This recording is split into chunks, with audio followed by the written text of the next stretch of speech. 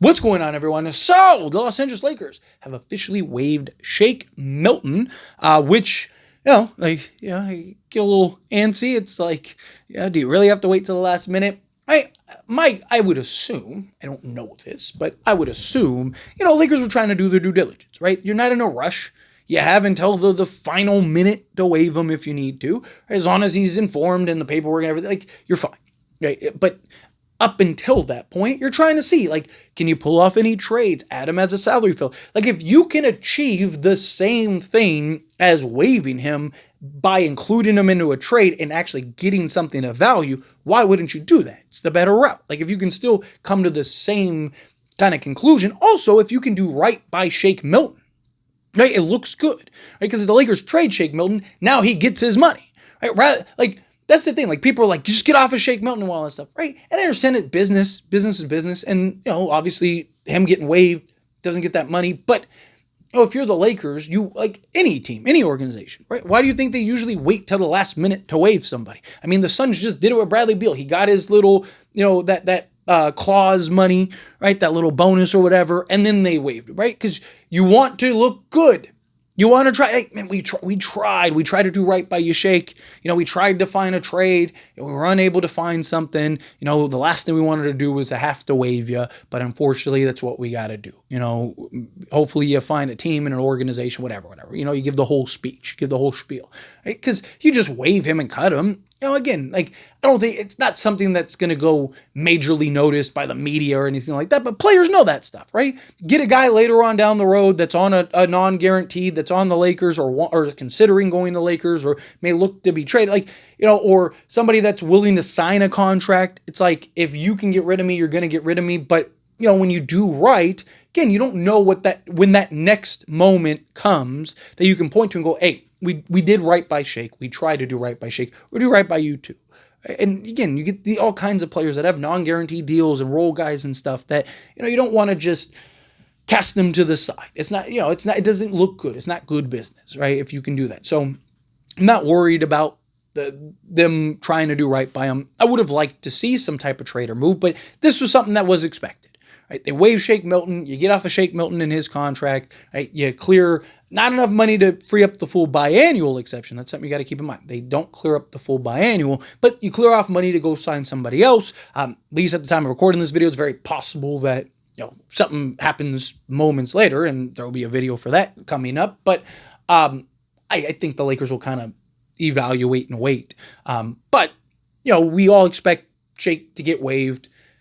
Lakers bring somebody in, right, and a Josh Okogie or D'Anthony Melton or an Al Horford or something like that, right? Whomever it may be, you bring those guys in. You could still waive Jordan Goodwin if you wanted to or you needed to. But regardless, Lakers are probably going to have to do some salary dump trade at some point, right? If they're, not in the midst of doing one right now, right? Like, at some point, you're going to have to do that. Again, I don't want a consolidation or salary dump trade just to do one. Right? I don't want here's a Gabe Vincent in 3 seconds or something or 3 pick swaps, not seconds, 3 pick swaps, or here's Gabe Vincent in a second for taking on his contract. I don't want something like that because it's just, again, yes, you solve what you need to solve, you free up a roster spot, you clear cap space, but you can get that same thing, that same result through the mix of an actual trade. Bring back a player.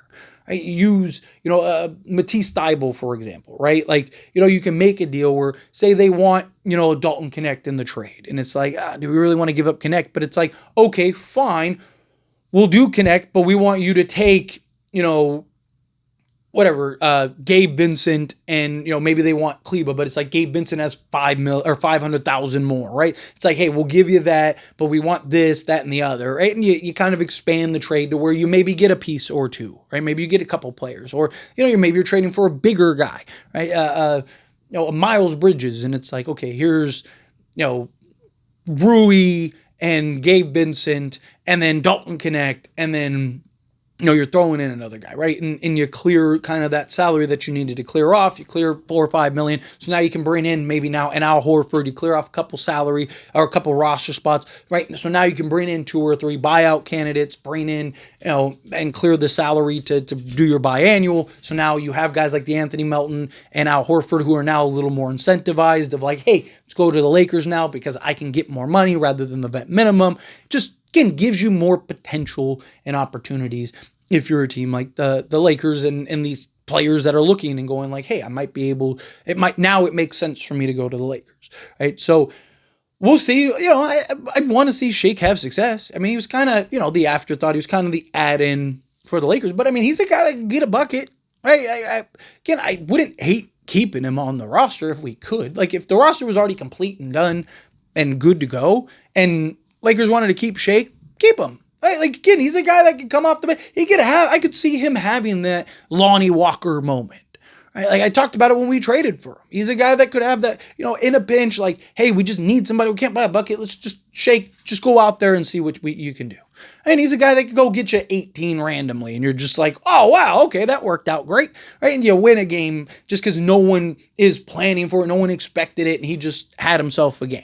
And things like that happen all the time. Right? So I wouldn't mind keeping Shake, but it's one of those things where it doesn't make sense for the Lakers right now. You have to get off of that. You have to clear that salary space. Now you can bring in a vet minimum guy, right? Go bring in a Joshua Okogie, right? A DeAnthony Melton, something like that. I think Melton or Horford, I think they'll probably take the biannual, but Joshua Okogie, I mean, you can make an argument Joshua Okogie is the best option for the Lakers because of what the Lakers need.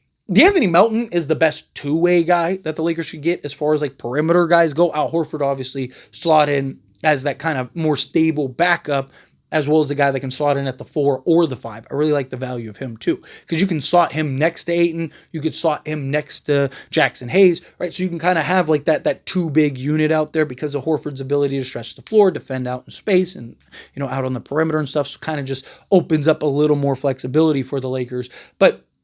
I think, again, that's something you're probably going to have to do with your biannual, so you kind of figure that out later, where for me, right now, I think Joshua Okogie, I mean, the guy was only making $7 million prior, right? So you're looking at a guy like Joshua Okogie. I think he's coming in on a vet minimum. You bring him in. He kind of gives you that Jared Vanderbilt, but at the guard position, 6'4", 6'5", with a 7-foot wingspan, can defend 1 through 3, one of the better kind of perimeter defender guards in the league, can stay in front of guys, can give guys fits, hassles. He shot 38% from three-point range with Phoenix. Can that be something that kind of translates? Right? Like I've even talked about, like I don't need him to shoot, 40%. I mean, it'd be great. Don't get me wrong. If he could shoot 38 to 40%, then chef kiss, beautiful, right? But it's not something that I think has to, like, if he does it, then he's just, no, I think if he can be around league average, give me like 36% from three-point range. You got to keep in mind, you're playing alongside Luka, playing alongside a LeBron James, two guys that are going to make you look great. The quality of looks that you're going to get are just going to be ridiculous, right? So can he kind of, at least be league average to where teams at least have to worry about it?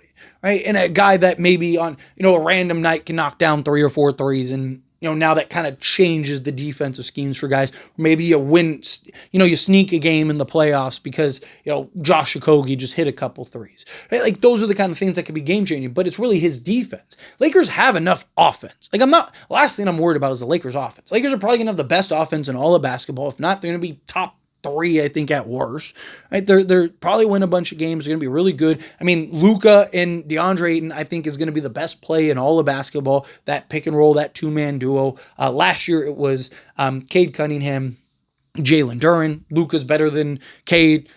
Ayton's better than Duren. Also, DeAndre Ayton was 4th in efficiency last year on Portland without a Luka Doncic. So you don't think that, like, hey, maybe Luka's going to make him number 1. So I think you're going to have that. You have LeBron, you have Austin. I mean, just between those 4 guys alone, LeBron, Luka, Austin Reeves, and Rui, you have more than enough offense. You're fine in that regard. Yes, you want some type of offense off the bench, but you got guys like Jake LaRavia, Jared Vanderbilt. We'll see what kind of improvements he's made shooting the basketball. Gabe Vincent, he kind of take some strides. The Lakers end up pulling something off. You still have Rui for right now, which again gives you some of that offense. So to me, it's like, who's the best defensive player that you can get right now? Like for free. And it's Joshua Okogie, right? Like, I know I've seen a lot of people that want Amir Coffey. I've talked about Amir Coffey before. I wouldn't hate Amir Coffey. He is, 6'7", but he's inconsistent on both sides of the basketball. Like Elisa Kogi, he's going to give you the effort, the energy, 110%. He's going to give you that defensive presence. And like I said, he's Jared Vanderbilt, but at the guard position. So I just look at him and just like, hey, this is a guy that can come in, slot in, give you that hustle play, give you that dirty work. I mean, he's an upgrade in that regard over even like a Jordan Goodwin. They're very similar players. Like the comps are very similar, but he's longer. He's a better perimeter defender. He can defend bigger, right? Compared to Jordan Goodwin.